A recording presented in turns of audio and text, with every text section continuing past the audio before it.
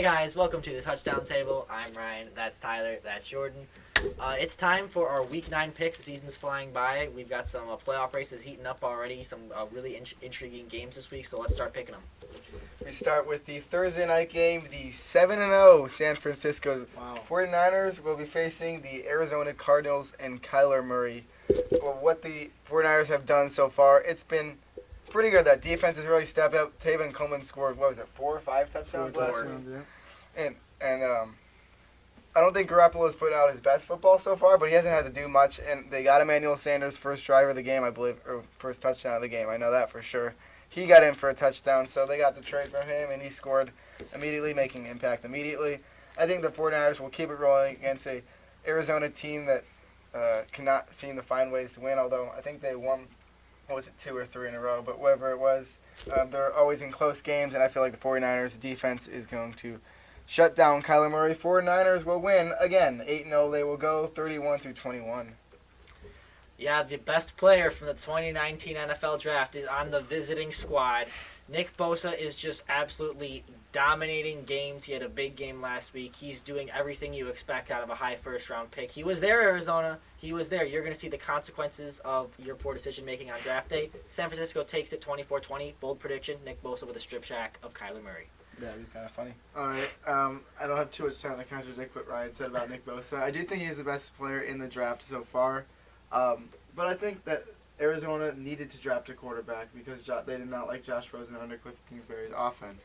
But you can debate about that, but it's whatever is right. Video. Yeah. But I've been saying it since week 4. I said don't sleep on this 49ers team, even though they were undefeated back then as well. No one believed in them. I think now everyone's going to believe in them. Yep. Easy pick for me. 49ers win this one 30-17. Now moving on to Ryan's team, the Houston Texans and the Jacksonville Jaguars. Houston had a good come-from-behind win against the Raiders last week, and Jacksonville also coming off a win not as impressive against the struggling Jets, I believe. But I think the Houston Texans are the better team all around. Pretty simple. It's going to be somewhat close, but Texans win it 27-16. Yeah, I'm kind of bummed I won't be able to sleep in because this game's in London, so it's at 8:30. But I think this is a really interesting game because last time these two played it was close, but it was defensively minded. I think it's going to be close again, but I think that we're going to see more offense this time around. But the Texans take it 31-28 across the pond. Yeah, I'm with you guys. I think the Texans will be able to take this one. The Jaguars and Gardner Minshew, he's been playing all right. I believe he scored 3 touchdowns in the past game. But the Texans are finding ways. After that Week 1 loss to the Saints, of course they lost after that. What are they, 4-3 now? We're 5-3 now. 5-3, yeah. You haven't had a bye, that's why. So they're finding ways to be able to win. It might not always be pretty. The Texans seem to always be in close games, but they're finding ways to be able to pull out these games. It's a divisional game in a tighter division than it may seem. I know the Colts are. What are the Colts now? The Colts are 5-2. 5-2. Okay, so it's tight, and Jaguars trying to make a push. Although we'll see what they can do. But I think the Texans will be able to take this one in London, 27-24. As we move on to our next game, it is the Washington Redskins at the Buffalo Bills. The Buffalo Bills, I'll start with, who went out in a disappointing loss to the Eagles. I believe they were at home to. They were looking good. I don't remember what, or maybe where was their record? 5-1. Yeah, it was 5-1 heading in. And there was the hype there. Of course, a lot of people didn't know what kind of team they were going to see from Buffalo in the future. And hopefully for Buffalo fans, this is not the team that they were going to be able to see. I'm hoping that they want better than this. But the Eagles, and especially with the secondary, were struggling so much. And it was a very windy day in Buffalo, so that kind of stopped the passing game altogether. So that, I don't know how much of a factor that played. I haven't watched that game.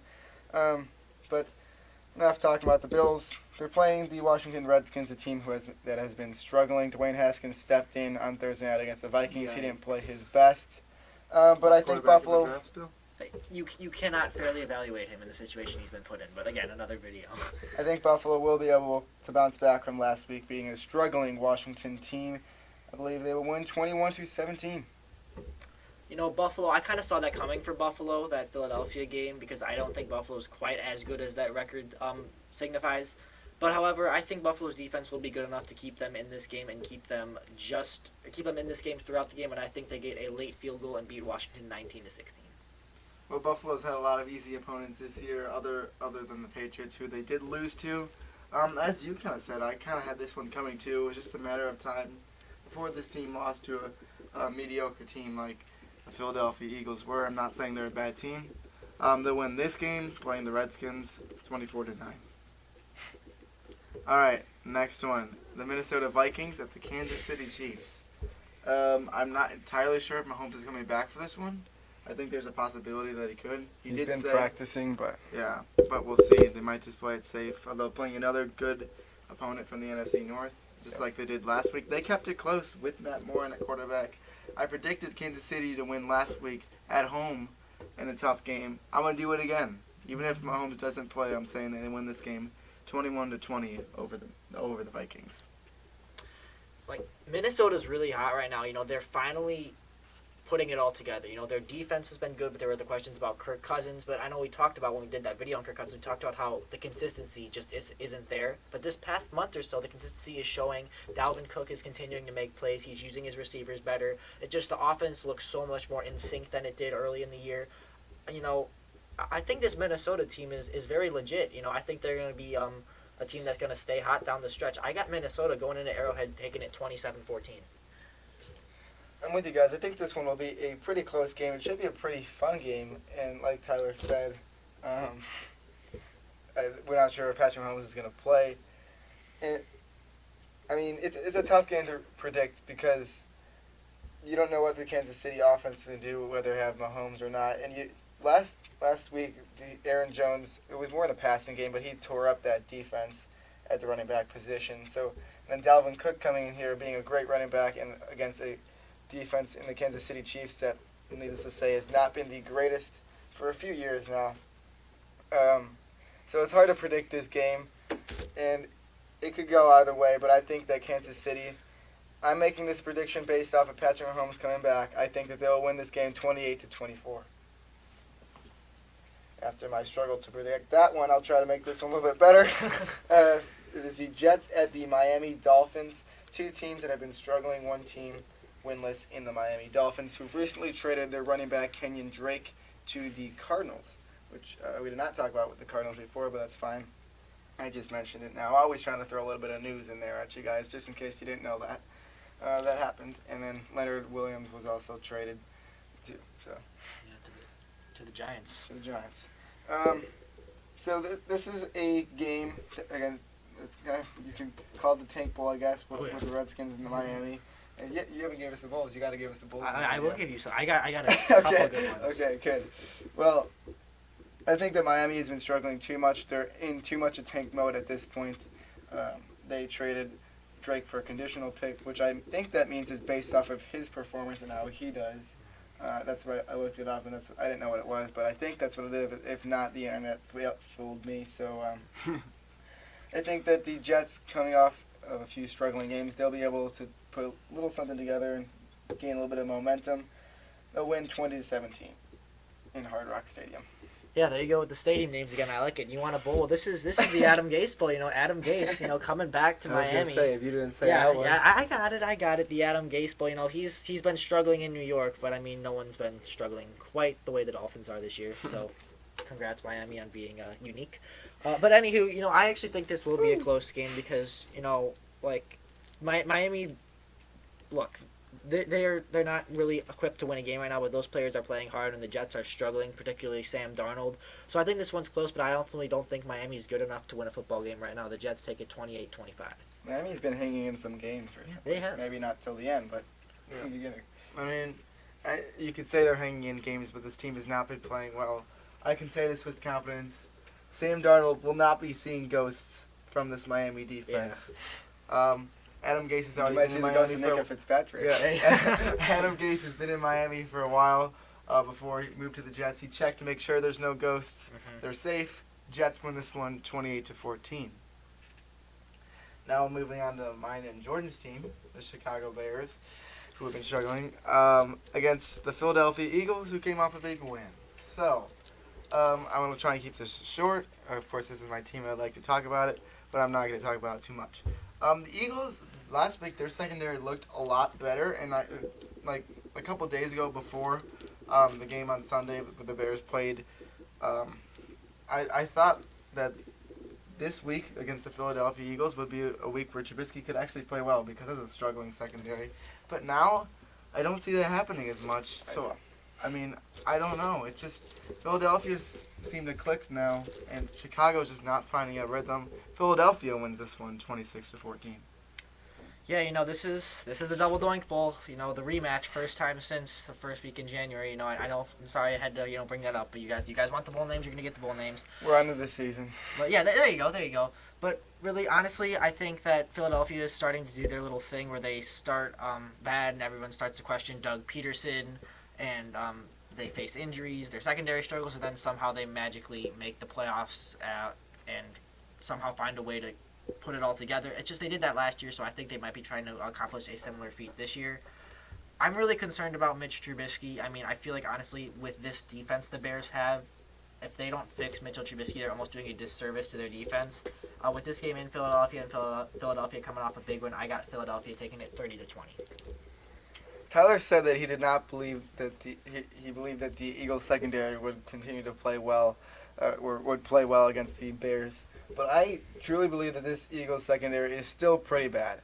And I kind of talked about it before, but the Bills-Eagles game, I said it was windy. And like I said, I haven't gone back and watched how much of a factor the wind was, but I read two things, and it talked about the wind, and both of them. They're both about my fantasy players, but still. So I read those, and the Eagles have just gotten burned so much, and it's especially been deep. So the key to this game for the Bears will be able to burn the Eagles deep because they just keep getting killed deep. And the Bears have not taken many shots this year, and it's going to be unexpected if they start doing it. So that could be a key to this game for the Chicago Bears.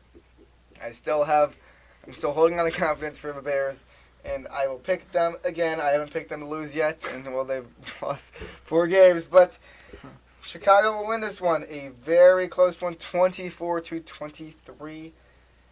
And we move on to the Indianapolis Colts against the Pittsburgh Steelers. So the Colts had a drive at the end of the game, 51-yard field goal by Adam Vinatieri to beat the Denver Broncos last week. So there are still... Poor Broncos. Yeah, they just keep getting beat on long field goals. Kind of sucks. But yeah, really. They're in almost every game. It's just, unless they're playing that more, but Yeah. And then so I talked about the Colts and the Steelers. We haven't seen them play, but Mason Rudolph is back, and it'll be interesting to see what that Pittsburgh team can do. Their defense has gotten better, and their offense still has good people there. So we'll see if Mason Rudolph can be able to lead them. But I think that the Indianapolis Colts team is just doing too well right now. They've been winning close games, but I think they'll be able to pull out another one. 26-21. The Colts win in Heinz Field. So when I was looking to make my picks, I saw this game, and it just seemed interesting. I think it's going to be an interesting matchup. I feel like a lot of people, just kind of wrote Pittsburgh off as soon as Ben Roethlisberger went down. But, Mason Rudolph did some nice things. Even when he went down, Pittsburgh was still able to eke out a road win. So I think that, we don't need to quite dismiss these Steelers. At the Chargers, by the way. Yeah, so basically a home game. But what I'm trying to say is that when I looked at this game, honestly, this is my analysis. It's just a gut feeling. I have a gut feeling. I don't know why. I just feel Pittsburgh's going to pull this one out. They take it 31-21. Good analysis. Honestly, I'm just to be completely honest with you. No, that's perfectly fine. I'm gonna be picking against you. Okay. Against your pick. I'm just gonna say that right now. Indianapolis, a team that's continuing to winning the division right now because they've had their bye week, working to their advantage. But I think they're a solid team anyways. Andrew Luck or not, Jacoby Brissett's been doing well, and we'll see if Mason Rudolph can come back and play as well as Jacoby Brissett has been doing. But as I said before, I'm going to take Indianapolis in this one, 31-20. Now our next game, the Titans at the Panthers. Well, I think it was just a matter of time before Kyle Allen made some mistakes. I believe that was the score. I think you're right. And when Kyle Allen makes mistakes, they put up 13 points. When the defense makes mistakes, the other team put up 51 points. Thank you for that assist. Yeah, no problem. 51-13. They did not look like the team they've looked like at all in the past couple games. Christian still did good. Yeah, it's true. But, I mean, even though they played so bad last week, I'm going to pick them to win this week because they've been playing well before and they're playing an inconsistent team, the Titans. Panthers win it 23-17. Yeah, I feel like people are going to kind of lose all of their faith they put in the Kyle Allen-led Panthers. But this is just one game, and it was against a team that's pretty much dominated on defense all year. So, yes, it was terrible, but you have to look at what Kyle Allen did prior to that, and this Tennessee defense is nowhere near as good as the San Francisco defense is. So I think Carolina bounces back and takes it 27-10. I'm with you. I believe that Tennessee is too inconsistent. Ryan Tannehill at the helm. He scored 3 touchdowns last week. Did not get many yards out of it. I'm guessing it was more of a running game for the Titans. But the Panthers will be able to win against the Tennessee Titans, who are, needless to say, a little bit inconsistent, 24-16. Very inconsistent. Move on to the Detroit Lions at the Oakland Raiders. So, the Raiders coming off a heartbreaking loss to the Texans, which we talked about a little bit, and Detroit coming off a big win to the Giants. That game was not as close as the score. I think it was 26-31, but they scored a touchdown at the end, I believe. But the Detroit Lions, they've been playing pretty good football. Their defense, they've been in high-scoring games. I believe that's the second week in a row now that they were in a high-scoring game, maybe even 3, but I don't know. But their offense has been able to produce, and their defense has been letting points go. But Matthew Stafford has been picking it up. Kerryon Johnson is on IR, so it's really on Matthew Stafford. Maybe, is it T.Y. or T.J. Jones? I think that's the running back that stepped in. He's got to step up. Kenny Galladay, Marvin Jones, that receiving core. That's really what's leading this Lions team right now, and it's nothing different than what we saw earlier from last year. It might just be a boost of confidence, or I don't know what it is, but the Lions have been looking good. I believe they'll be able to keep that going against an Oakland team who lost last week, 28-24. Detroit wins again. Well, the Raiders, they haven't played a home game in 8 years. I mean, really, about time. Yeah, they've been on this road trip for forever. I think it was actually week 2 to be precise. The last time they played a game. They had a home game in London. Well, no, I know you know what I mean. A game in Oakland.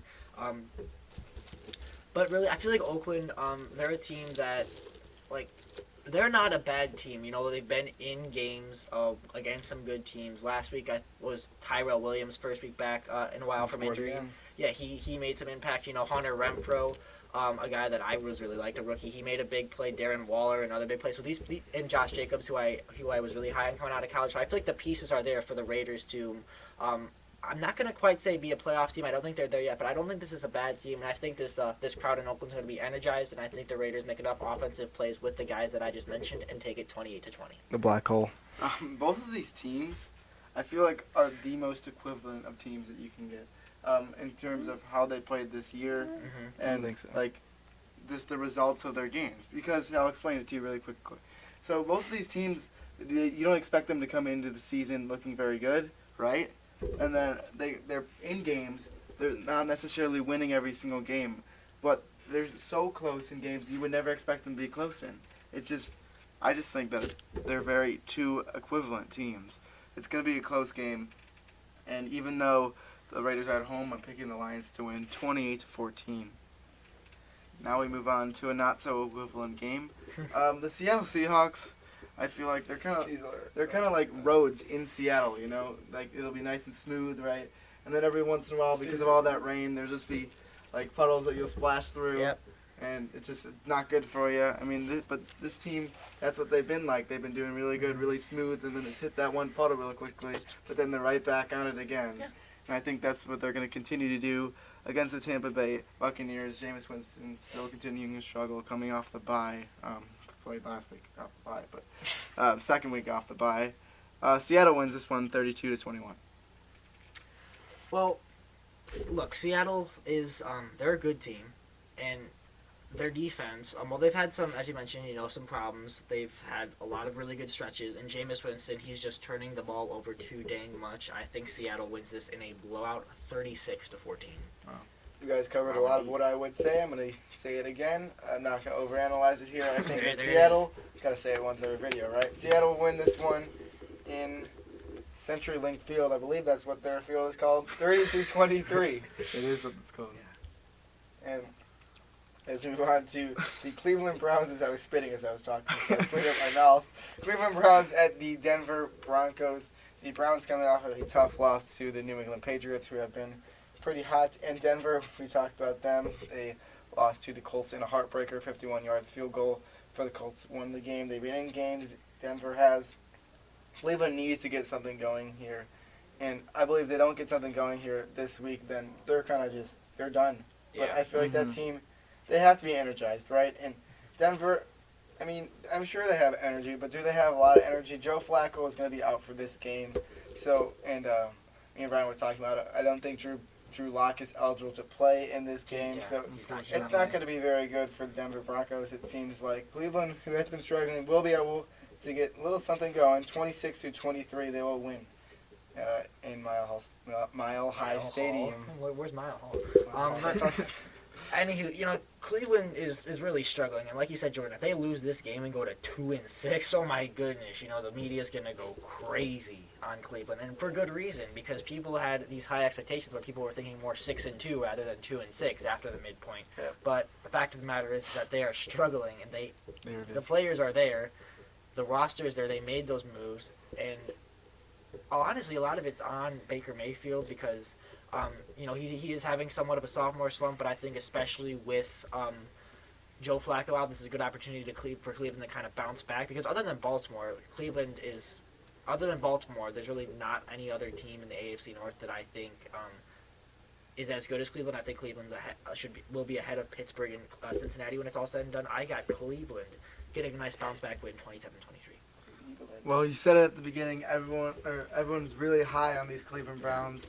Now these Cleveland Browns are going to be really high up. Mile High Stadium, right? Okay.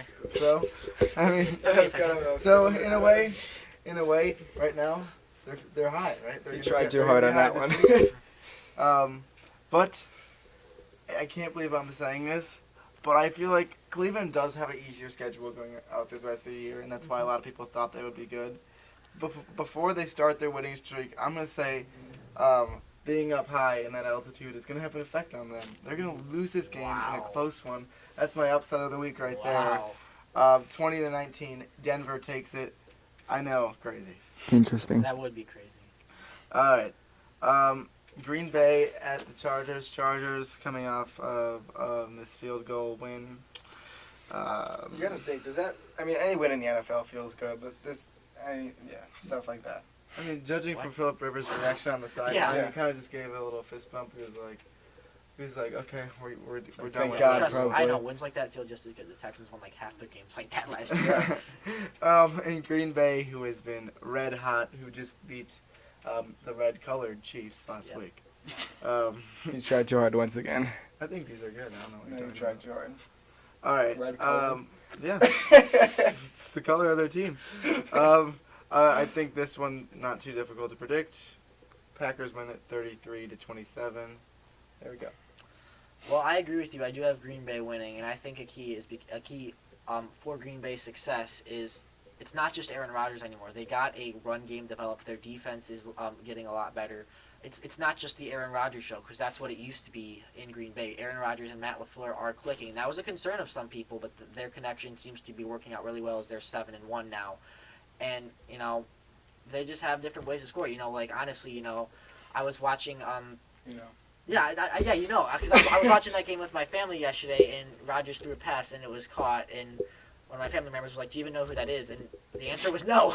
And that's the point, is he has Aaron Rodgers. It doesn't matter if Devontae Adams is out. It doesn't matter. He makes the players around him better no matter who they are, and that's why Green Bay is doing so good. So I think Green Bay gets a nice road win, and they take it 34-18.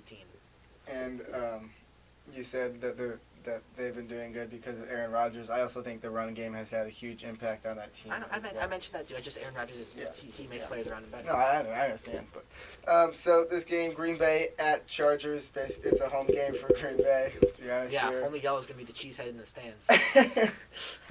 Sorry, Chargers fans, if there are any watching it. I'd be surprised if they're ready. I'm not going to overanalyze it here. Bring back the saying 33-21. Green Bay will keep rolling. As we move on to a really good game, it should be a really exciting game is New England at the Baltimore Ravens on Sunday Night Football prime time. This should be definitely a really good game against it's a New England defense who has been playing very well against a Baltimore offense of Lamar Jackson, who has been running the ball very well. It's going to be interesting to see what can happen because this game could either be so high scoring, could also be so low scoring because of the defense of New England. But it's hard to predict the score of this game. It should be a fun game. Nonetheless, two teams that are very hot right now. But I'm going to choose my Super Prediction winner. The New England Patriots will go into Baltimore. Don't know their stadium, sorry. But they will win this one in a close one, a fun one, a decently high-scoring one, 34-31. The New England Patriots go to 9-0. I think it's 9-0. Yeah, it is. It would be 9-0. And we've got a Sunday Night Football It would game. be. Yeah, we've got a Sunday Night Football game here with both starting quarterbacks playing. What? I know, right? Are you kidding? It's about time, and this is really going to be a fun one. Don't jinx it. Yeah, because We got a full week of practice to go through. yeah, don't hurt yourselves in 11-on-11 drills, Duck Tom and Lamar. Hodges. We love Duck Hodges. Yeah, we really do. But it's time we see some starting quarterbacks under the lights. But anywho, this is really an interesting game because obviously New England, we don't need to talk about them. You know their records, you know what they're doing. They've done just about everything right. But Baltimore was a team that I wasn't very high on coming into the year, but they've clearly emerged as the front runner in this division. They've won games with their defense. They've won games with Lamar Jackson's arm and, yes, with Lamar Jackson's legs. And teams have struggled to stop Lamar Jackson. And, he's just like, you think after, his rookie year, teams would get more film on him, learn how to stop him. But he is doing this on a consistent basis. They really surprised me when they went across the country and beat Seattle in Seattle in front of the 12s. That was really impressive, and that's when I kind of bought into this team. I know people are always saying, will New England go 16-0? Well, my answer is 16-0 because Baltimore is gonna beat the Patriots, and actually, I'm gonna say it in a You still said 16. a 16-0. No losses, or It's just I'm just trying to have some play on words. You know what I mean? Yeah. But Don't worry, you didn't say red color. So. yeah, red color. Yeah. I don't think that's bad. I Yeah, like that. those purple colored Ravens, and I'm gonna say the city. And since Al Michaels and Chris Collinsworth are gonna be calling this game, you know how Al Michaels always says it's Baltimore. It's not Baltimore. It's Baltimore. So the Patriots are gonna go to Baltimore, and they are not gonna come out victorious. Baltimore and the legs of Lamar Jackson win this game. Ravens take it 34-31. By the way, in a recent video I said that Baltimore was on a downgrade. I take that statement back. I believe that they're gonna keep rolling. Yeah, they're coming off a bye too. I said that too. I'm just gonna say they're playing well. That's all I'm gonna say. But I'm gonna talk more about the Ravens in just a second here. But first, I'm gonna talk about the Patriots for a second. Every year, it seems like every single year, the Patriots at the beginning of the season, everyone's like, "Are these still the Patriots that we're seeing, like the Super Bowl champions?" And I think this is the first year where it's like this team is actually doing good at the beginning of the season, right? I mean, except for this offense, but you could still say the same thing about Tom Brady this year. Is he the same Tom Brady that he's been? But his defense is lights out. I don't think they can keep up with this New England offense because the defense is going to be doing so good for New England, and New England will take it over the Baltimore Ravens, who are doing good. I'll give them that. But the final score will be 32-20. Quick point out here: me and Ryan had the same score prediction. It was just flip-flop teams that won. Yeah. We like doing that. We do. Mm-hmm. I think we predicted the game the same earlier, Jordan. Oh, we did. Yeah, I just don't remember which one it was. Oh. Anyways, we move on to the Monday Night Football game, a game that we never struggle to see, at least once a year, because it's always on prime time. The Dallas Cowboys and the New York Giants. You did? Yes. Is it week 1? Yeah. On prime time? I think it wasn't it the game of the week or something? Yeah, it was something. I don't know, but it was there. Yeah. We definitely see this game a lot more than other games. Yeah. But I think this one's going to be an interesting game. It's going to be close. It's in New York, and I know that Dallas is starting to catch up with themselves again, and they're starting to play better after that tough Jets loss. But I think Danny Dimes is going to be like, nope, that's not happening here. On prime time, he's going to show the world that he should have been drafted 6th overall, although I still don't think that. Yeah, but he's gonna try and prove that to the world. Win this game very close, 28-27. Yeah, that's a very interesting prediction, but I just think it is worth noting how everyone was starting to Kraft Daniel Jones Hall of Fame bust, and then he really hasn't won since he started. He had a good game last week. Yeah, he had a good game, but he has fumble problems. That's true. A lot. And I He's know always had yeah, fumble but he problems. has fumble problems, and sometimes he throws into double coverage. But I just think, look, the NFC East is not a strong division this year, but I think the strongest of the week in this division is the Dallas Cowboys. So I think they take it 27-17 and actually win in MetLife Stadium. I'm with you, Ryan. I think the Cowboys team has more talent on the squad than the Giants team does. Saquon's really the only true talent on the Giants. I guess that's kind of. Another video. Evan Ingram. Yeah. Forgot They about do have good players. They're just, I just love my Saquon Barkley. But Saquon Barkley will be upset because he will be losing this game. I think it's MetLife Stadium. Dallas will win 27-21. All right, and that's our picks for Week 9. I say this every week, but it's crazy. We're already at Week 9. It's kind of sad. We're closer to the end than the start. Yeah, it sucks, but that's the way it goes. Thank you guys for watching this video. I hope you guys enjoyed this video. If you did, make sure to hit the like button, subscribe to the channel, comment your opinions down below, hit the notification bell next to that subscribe button so you can see our predictions every week and our other videos. And yeah, we will see you guys later. See ya.